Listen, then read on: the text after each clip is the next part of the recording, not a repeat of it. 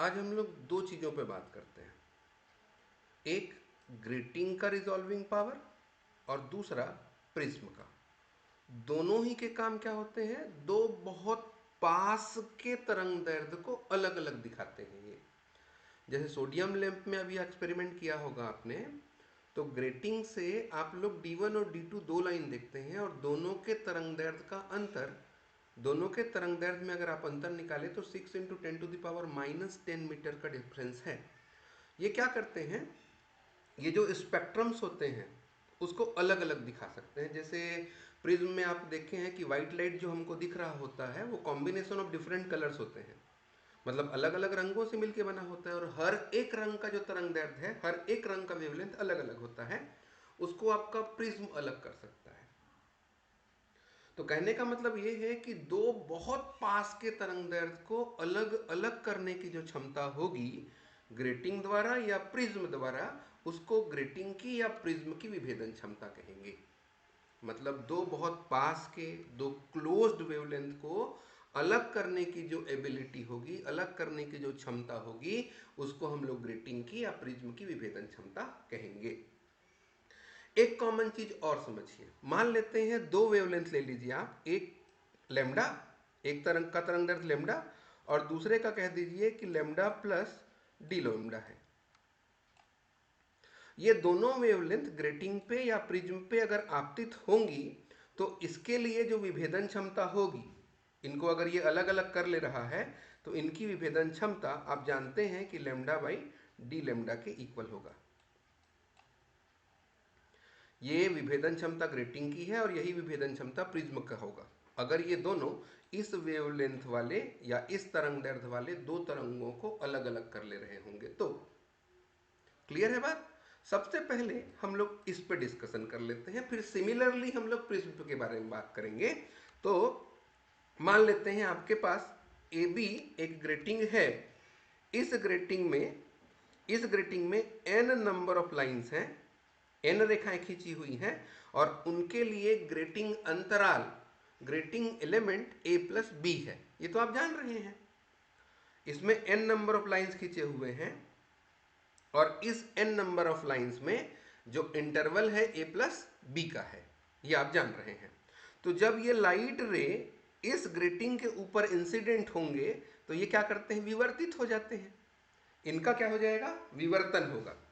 और ये जो विवर्तन हो रहा है तो जो लेमडा तरंग दैर्ध्य वाला है उसका विवर्तन मान लीजिए थीटा का, और जो लेमडा प्लस डी लेमडा तरंग दैर्ध्य वाला ये वाला लाइट है, इसके लिए मान लेते हैं थीटा प्लस डी थीटा हुआ।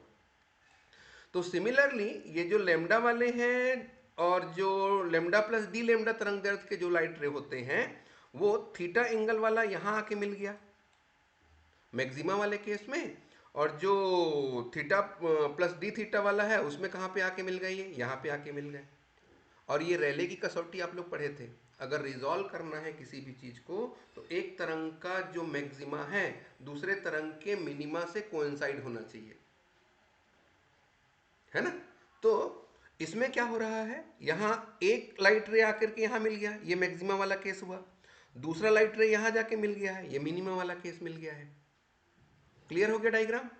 इसको मैं थोड़ा सा और एक्सप्लेन करूंगा, उससे पहले आप लिखेंगे क्या वो देख लीजिए कि ग्रेटिंग की विभेदन क्षमता किसे कहते हैं। तो आप लोग बोलेंगे ग्रेटिंग द्वारा दो निकटवर्ती तरंग दैर्ध्यों को अलग अलग स्पेक्ट्रमी रेखाएं बनाने की क्षमता, या ग्रेटिंग द्वारा दो निकटवर्ती तरंग दैर्ध्यों की अलग अलग स्पेक्ट्रमी रेखाएं बनाने की क्षमता को ग्रेटिंग की विभेदन क्षमता कहते हैं। ठीक है, सेपरेट स्पेक्ट्रल लाइन प्रोड्यूस करने की एबिलिटी को रिजॉल्विंग पावर बोलेंगे।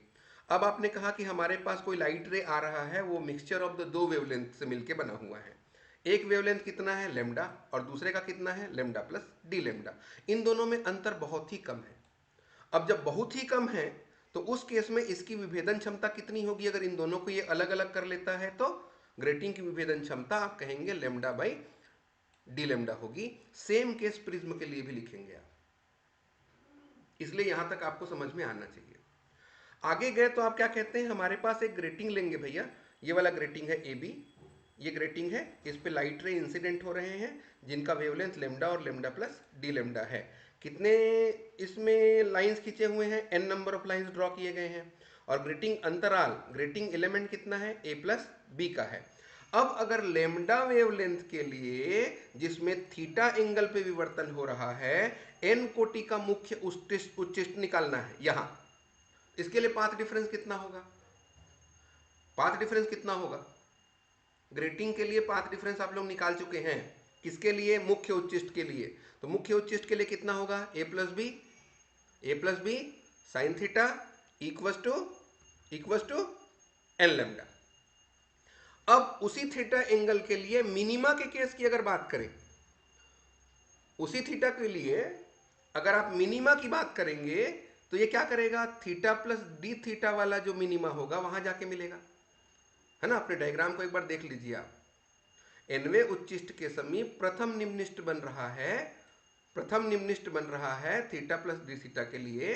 तो निम्निष्ट का कंडीशन क्या होता है, तो आप लोग बोलेंगे N A plus B sine theta plus D theta equal to M lambda. यहाँ जो ये m होता है इसकी वैल्यू आप कहते हैं 0n to n नहीं हो सकता, तो क्या हो सकता है, तो m की वैल्यू +-1 +-2 +-3 हो सकता है, और n की वैल्यू तो आप जानते हैं 0 +-1 +-2 +-3 होता है। इस केस में N A plus B sine theta plus D theta equal to n plus 1 into lambda, इस m की जगह ये लिख सकते हैं। अब प्रश्न ये है क्यों, देखिए आपका कहना है कि m की वैल्यू को मैं जीरो नहीं कर सकता, मतलब m की वैल्यू n की वैल्यू जीरो हो सकती है, m की वैल्यू जीरो नहीं कर सकते क्योंकि ये मैक्सिमा दिखाता है। तो अगर मैं पूछूं कि इस m को इस n के टर्म पे लिख सकते हैं क्या, इस m को इस n के टर्म पे लिख सकते हैं क्या, देखिए m की वैल्यू n नहीं होगी, क्लियर है, क्लियर है। तो मैं क्या बोलता हूं, इसको हम लोग n+1 लिख सकते हैं, कैसे, देखिए आपका कहना है कि m की जगह में n नहीं हो सकता, ठीक, लेकिन n तो हो सकता है ये वाला। तो अब चलिए मैं एक केस बात करता हूं कि अगर मैं यहां लिख देता हूं n, इसके साथ में स्मॉल n, इसकी वैल्यू जीरो ले लीजिए आप, तो 0 इंटू n 0 +1 1 और ये लेमडा क्या बन गया, m लेमडा वाला केस बना। चलिए अब एक काम करिए, n की वैल्यू कुछ और ले लीजिए, n की वैल्यू कुछ और ले लीजिए। तो n की वैल्यू अगर आप लोग चेंज करते जाएंगे तो इस m को इस रूप में लिखा जा सकता है, क्यों, क्योंकि इसकी वैल्यू 0 नहीं हो सकती, n नहीं हो सकता, 2n नहीं हो सकता, बट n+1 लेमडा हो सकता है, मतलब m को ऐसा लिखा जा सकता है। देखिए a plus B sine theta plus D theta, इस n को अगर ट्रांसफर कर दें तो n+1 by n into lambda हो जाएगा, ये वाला n इधर ट्रांसफर हुआ। उसके बाद में आपको मिलेगा कि भाई देखिए रेले की कसौटी क्या कहती है, अगर आप इन दो तरंगों को अलग अलग देखना चाहते हैं या ठीक विभेदित करना चाहते हैं तो लेमडा प्लस डी लेमडा तरंग दैर्ध्य के लिए nवें उच्चिष्ट के लिए भी विवर्तन कोण थीटा प्लस डी थीटा होना चाहिए, क्योंकि आप बोल के रखे हैं कि दो तरंग दैर्ध्य को अलग अलग देखना है तो एक का मैक्सिमा दूसरे के मिनिमा के साथ कोइंसाइड होना चाहिए, एक का मैक्सिमा एक का उच्चिष्ट दूसरे के निम्निष्ट के संपाती होनी चाहिए। और अगर ये होना चाहिए कहेंगे आप तो a plus B sine theta plus D theta equal to N lambda plus D lambda होगा, उच्चिष्ट की बात कर रहे हैं, a plus B sine theta plus D theta equal to N lambda plus D lambda होगा, और n की वैल्यू आप जानते हैं क्या होता है, क्लियर है। अब इस इक्वेशन 3 पे आइए, ये इक्वेशन 3 है और ये इक्वेशन 4 है, क्योंकि आप बोल के रखे हैं कि एक का जो मिनिमा है दूसरे के मैक्सिमा के कोइंसाइड हो जाएगा, मतलब ये दोनों वैल्यू एक दूसरे के इक्वल हो जाएंगे, कहने का मतलब n+1 by n lambda plus D lambda के इक्वल होगा, ये इक्वेशन आया। यहां तक कहीं कोई डाउट नहीं है, आगे चलूं, चलिए आगे चलते हैं। आगे गए तो आपको क्या मिला, n lambda plus n D lambda equal to n n by n lambda plus 1 by n lambda. अब जो कैंसिल होने वाली चीजें हैं उसको कैंसिल कर देते हैं, एन और एन कैंसिल हो गए, क्या बचा, N lambda, N D lambda, N lambda 1/n lambda, ये वाला भी तो कैंसिल हो सकता था, एक स्टेप और बढ़ गए। चलिए N D lambda equal to 1/n lambda आया, और अगर इस डी लेमडा को इधर ट्रांसफर कर दें, कैपिटल एन को इधर ट्रांसफर कर देंगे, तो lambda by D lambda N N के इक्वल होगा, और ये लेमडा बाई डी लेमडा को आपने ग्रेटिंग की विभेदन क्षमता कहा था। क्या समझ में आया? आपको यह समझ में आया कि आपके ग्रेटिंग की विभेदन क्षमता n और n के ऊपर डिपेंड करता है।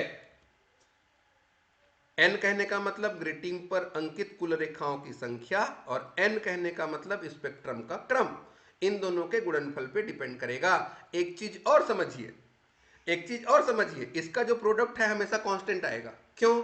देखिए, अगर ग्रेटिंग में n बढ़ाएंगे आप, मतलब नंबर ऑफ लाइंस बढ़ाएंगे, नंबर ऑफ लाइंस बढ़ाएंगे तो a प्लस बी घटेगा, मतलब दो स्लिट के बीच की दूरी घट जाएगी। ज्यादा लाइन करेंगे तो जी, ज्यादा लाइन ड्रॉ करेंगे तो लाइन बहुत पास पास नहीं हो जाएंगे, और बहुत पास पास होंगे तो दो क्रमागत स्लिट के बीच की दूरी कितनी हो जाएगी, घट जाएगी। और अगर वो दूरी घट जाती है तो एक सर्टेन एंगल के लिए n घट जाएगा। देखिए n बढ़ रहा है तो n उतना ही घट जाएगा। तो क्या समझ में आया? इससे यह समझ में आया कि ग्रेटिंग की, इसको ग्रेटिंग हटा देना, ग्रेटिंग की विभेदन क्षमता कांस्टेंट रहेगी। क्यों? क्योंकि अगर ग्रेटिंग पे नंबर ऑफ लाइंस बढ़ेंगे तो लाइन के बीच की दूरी घट जाएगी तो ऑर्डर भी घट जाएगा, स्पेक्ट्रम का क्रम घटेगा, इसलिए ये गुणनफल कांस्टेंट होता है। तो आप एक लाइन और लिखिए, आप कह देना कि ग्रेटिंग की विभेदन क्षमता नियत होती है, ठीक, किसी विशेष विवर्तन कोण के लिए। नोट कर लिए? अब इसमें ना ये जो n है इसको सॉल्व करने की कोशिश करेंगे। कैसे? देखिए ऐसे, अब आपका इक्वेशन नंबर 5 है और इक्वेशन 2 है, इसमें n का मान रखेंगे अगर, तो D lambda by lambda N A plus B sine theta by lambda आएगा। अब लेमडा बाई डी लेमडा जो होगा वो कितना हो जाएगा, N A plus B sine theta. तो ये जो एन ए प्लस बी है कुल रेखाओं की संख्या और ग्रेटिंग अंतराल का जो गुणनफल होगा वो ग्रेटिंग विड्थ के बराबर होगा। इसको लिख लेना कि W equal to N A plus B grating की कुल चौड़ाई है ना। तो lambda by D lambda equal to W sine theta by lambda. अब बोलूंगा इसकी मैक्सिमम वैल्यू कितनी, तो आप बोलोगे अगर साइन थीटा की वैल्यू 1 कर दें। साइन थीटा की वैल्यू 1 कब करेंगे, जब थीटा की वैल्यू 90 हो। तो थीटा की वैल्यू 19 होगी तो अधिकतम विभेदन क्षमता कितना निकल के आ सकता है, lambda by D lambda W sine 90 by lambda या डब्ल्यू बाई लेमडा। क्लियर है? ये ग्रेटिंग की विभेदन क्षमता आपने निकाल दी। कोई डाउट है? ग्रेटिंग की विभेदन क्षमता में कोई डाउट नहीं। अब इसी क्रम में हम लोग बात करते हैं प्रिज्म की विभेदन क्षमता के बारे में। प्रिज्म की विभेदन क्षमता के लिए मैंने कहा था कि ये भी वही काम करेगा जो ग्रेटिंग करता है। कैसे? मान लेते हैं दो निकटवर्ती तरंगदैर्ध्य लेमडा और लेमडा प्लस डी लेमडा है, उसको ये अलग अलग करने की जो क्षमता होगी उसी को प्रिज्म का रिजॉल्विंग पावर बोलेंगे। मान लेते हैं दो वेवलेंथ लेमडा और लेमडा प्लस डी लेमडा है, मतलब रेड कलर का है और वायलेट कलर के हैं, मतलब वायलेट कलर का और रेड कलर का, इन दोनों को ये अलग अलग कर सकता है।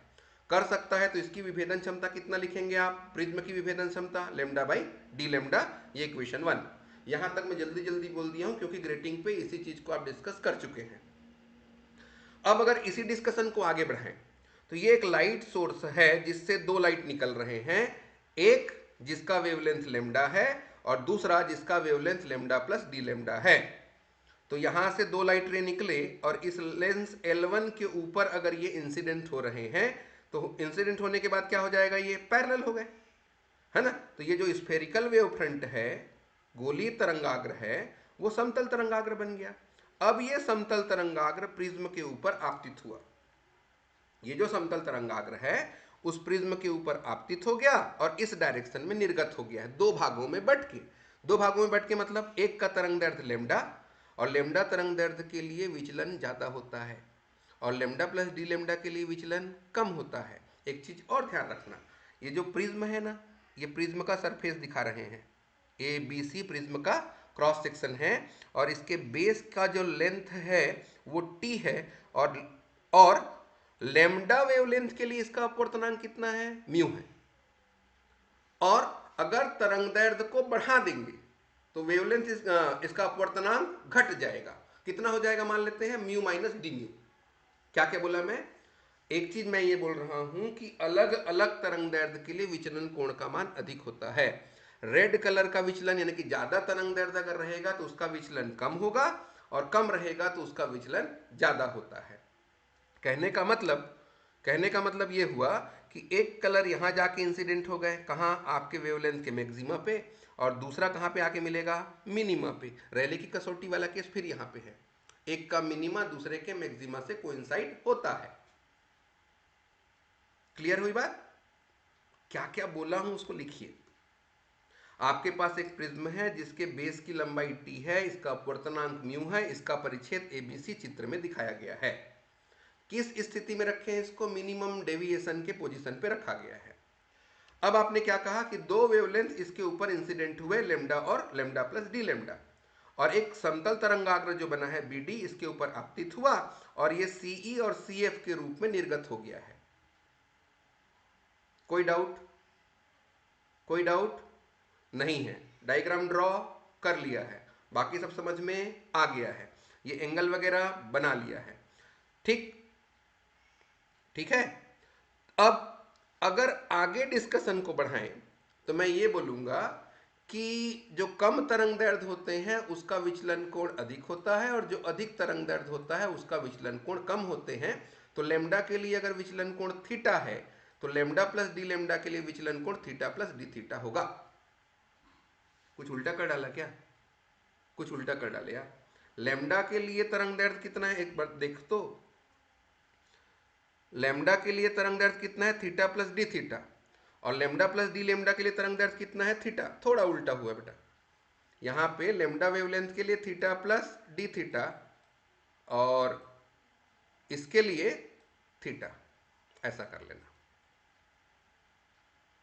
चलेगा।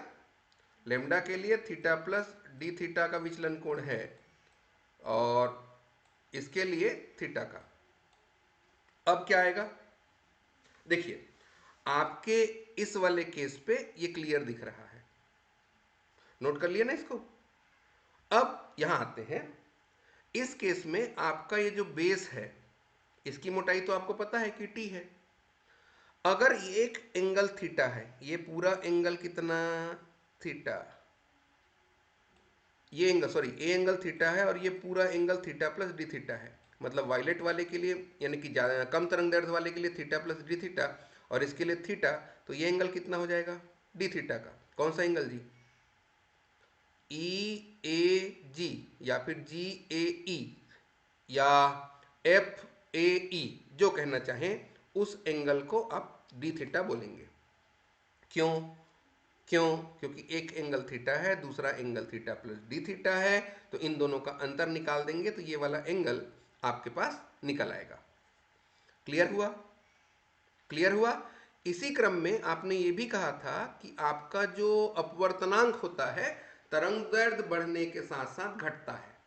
मतलब अगर लेमडा वेवलेंथ के लिए अगर आप ये कहें कि लेमडा वेवलेंथ हम लोग लेंगे, और उस लेमडा वेवलेंथ के केस में हमारे पास अपवर्तनांक कितना है, म्यू है, तो लेमडा प्लस डी लेमडा के लिए अपवर्तनांक कितना हो जाएगा, म्यू माइनस डी म्यू का हो जाएगा। ठीक, ठीक। अब आप ये भी जानते हैं, आप ये भी जानते हैं कि अगर तरंगदैर्ध्य आपतित हो रहे हैं और निर्गत हो रहे हैं तो उनके बीच का प्रकाशिकी पथ बराबर होना चाहिए।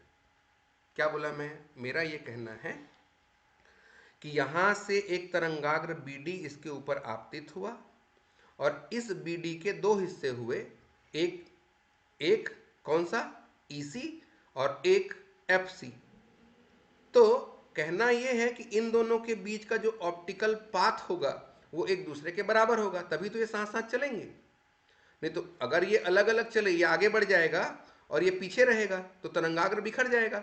तो कहने का मतलब ये है कि हवा में आप कहां से कहां तक चले हैं, यहां से लेकर के इस ई पॉइंट तक, या यहां से लेकर के इस एफ पॉइंट तक, तो माध्यम में कहां से कहां तक चले हैं? प्रिज्म के अंदर बीसी डिस्टेंस चले हैं।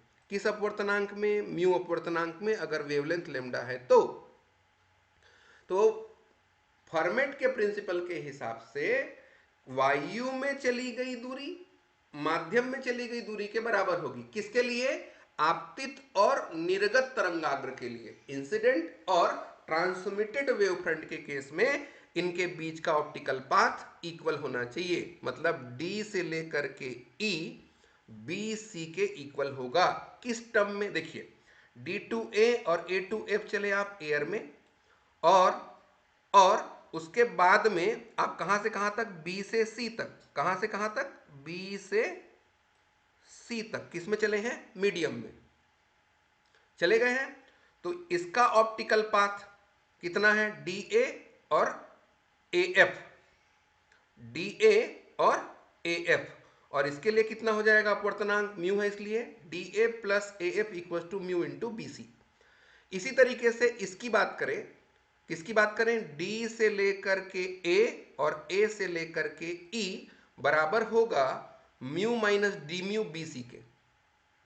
क्लियर है? इसी प्रकार दूसरे तरंग दैर्ध्य की अगर बात की जाए लेमडा प्लस डी लेमडा के लिए भी, तो हमारे पास रिलेशन निकल के आएगा DA plus AE equal to mu minus D mu BC। Equation number 3 होगा ये। अब एक काम करिए, इक्वेशन 2 और इक्वेशन 3 को घटा दीजिए।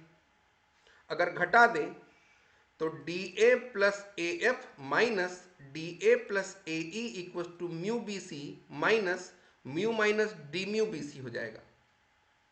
अब अगर इसको ब्रैकेट ओपन कर दिया जाए, थोड़ा लेंदी हो रहा होगा लेकिन बता देते हैं कि DA कैंसिल हो जाएगा, AF माइनस AE बचेगा, म्यू BC कैंसिल हुआ, यहां बच गया डी म्यू BC। क्लियर है? अब देखिए यहां आप क्या लिख रहे हैं? AF minus AG। गलत हो गया क्या जी? देखिए, AF लिखना तो AE था, AG क्यों लिख दिए? देखिए यहां डायग्राम पे आइए, तो यहां AE ये वाला लाइन हुआ यहां से यहां तक AE, और ये वाला लाइन हुआ AG। तो ये AE इस AG के लगभग बराबर है, इसलिए AE की जगह AG लिख दिया है। क्लियर हुई बात? इसको लिख लेना।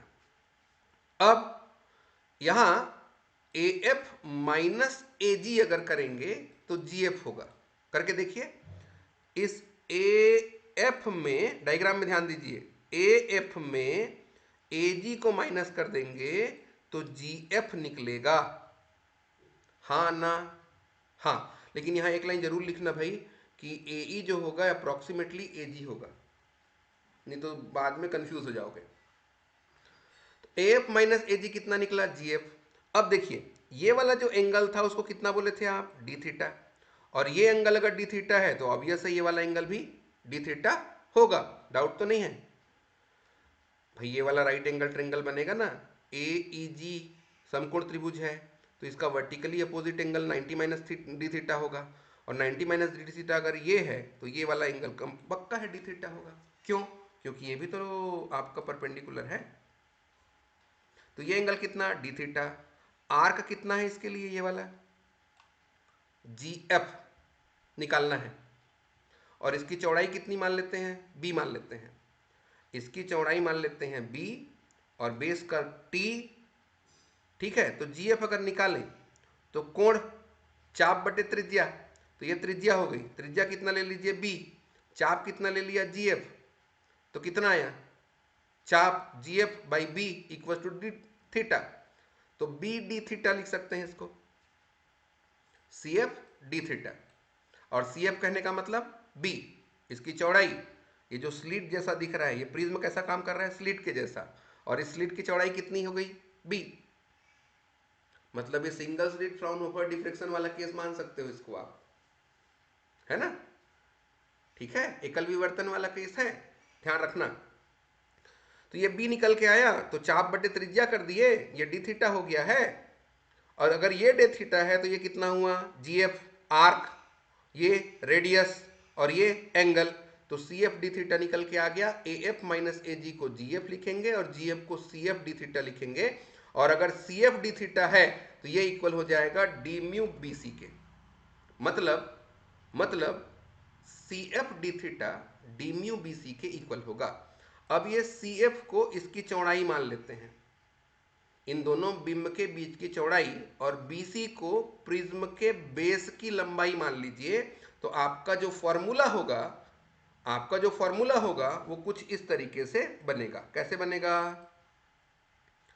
आपका जो फॉर्मूला बना वो कुछ ऐसा बना, B D theta equal to T D mu.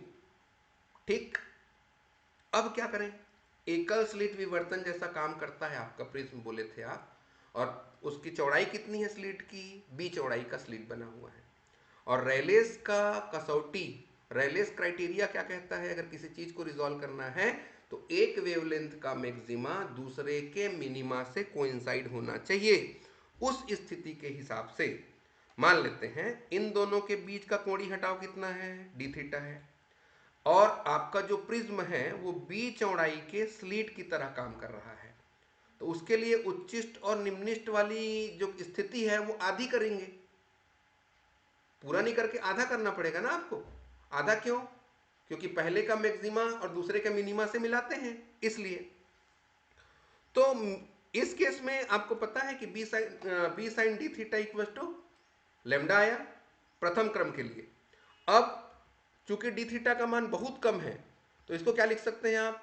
B को ट्रांसफर कर देंगे और साइन डी थीटा को डी थीटा लिख दिया, तो लेमडा बाई बी ये डी थीटा हो गया। इस डी थीटा के मान को अपने इक्वेशन पे रख दीजिए समीकरण नंबर 4 में।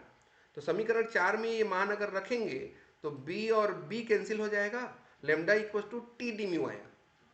अब क्या करिए, ये जो इक्वेशन आया है इसके दोनों साइड में डी लेमडा का भाग कर दीजिए। तो lambda by D lambda equal to T D mu by D lambda आएगा। Lambda by D lambda equal to T D mu by D lambda आ गया। और ये जो फॉर्मूला है वो प्रिज्म की विभेदन क्षमता का सूत्र होता है। मतलब प्रिज्म की जो विभेदन क्षमता होती है वो टी यानी कि प्रिज्म के आधार की लंबाई और उसके अपवर्तनांक में तरंगदैर्ध्य के साथ परिवर्तन के दर के बराबर होगी या अनुक्रमानुपाती होती है। नहीं समझ में आया? प्रिज्म की विभेदन क्षमता, प्रिज्म का resolving power directly proportional to the length, base length of the prism, and also proportional to the rate of change of refractive index of the prism with respect to the wavelength होगा। ये है आपके prism की विभेदन क्षमता और आपके grating की विभेदन क्षमता।